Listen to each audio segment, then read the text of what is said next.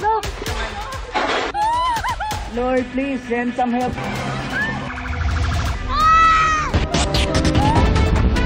Inirekomenda ng PHIVOLCS na lagyan ng 5 metrong buffer zone ang fault na pinagmula ng magnitude 6.9 na lindol sa Cebu. Ibig po sabihin, bawal magtayo ng bahay sa ibabaw ng fault line. Saksi, si Nico Wahe. Bago ang magnitude 6.9 na lindol noong September 30, walang naitalang malaki ang paggalaw ng lupa sa bahagi ng Bogo Bay o sa Northern Cebu mula noong 1600s. Ayon sa PHIVOLCS, bago at ngayon lang nila natuklasan ng Bogo Bay fault line na nagdulot ng lindol. Ang dahilan ng biglang paggalaw, the rocks on both sides of the fault are stuck together as a result of friction. So habang nag-add ka ng stress, hindi pa siya totally gumagalaw. So nung hindi niya na ma-overcome yung stress,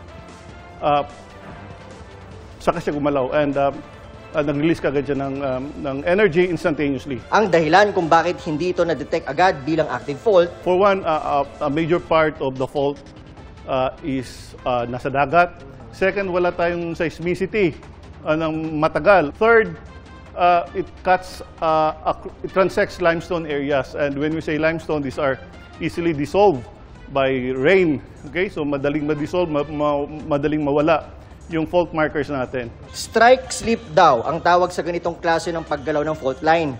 It's a right lateral strike slip fault. So this one moves towards you. The right side moves towards you.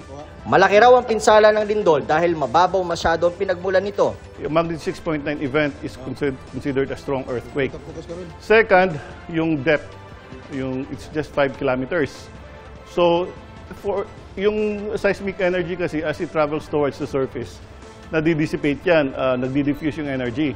So say for instance, the same magnitude, 6.9, but it started at 70 kilometers. Mas malalim. So pagdating niya sa surface, halos wala na siyang ganong lakas. Sa ngayon ay patuloy pa raw nagmamapa itong PHIVOLCS para malaman kung gaano nga ba kahaba itong bagong Bogo Bay Fault na kanilang natagpuan. Sa ngayon, nasa 6 kilometer on land pa lang daw ang kanilang natitrace. Pero ayon sa PHIVOLCS, posibleng may haba ito ng nasa 40 hanggang 50 kilometers. Ito naman ang aftershocks map. Makikita sa pamamagitan ng mga pulang bilog. Ang star naman ang epicenter.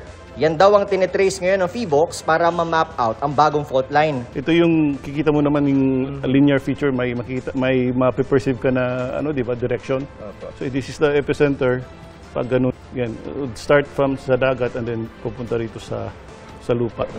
Okay. So ito sir, dito siya nag-start yan. Yan yung epicenter ng lindol.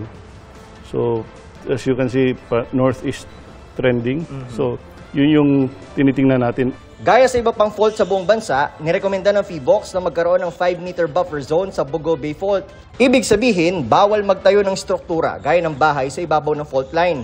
Ang sinasabi natin, you're not supposed to build a structure on top of a fault. Yung structure na habitation, dapat hindi yan. Kasi nga, wala tayong engineering intervention for ground rupture hazard. Pero hindi raw ibig sabihin na walang panganib sa labas ng 5-meter buffer zone.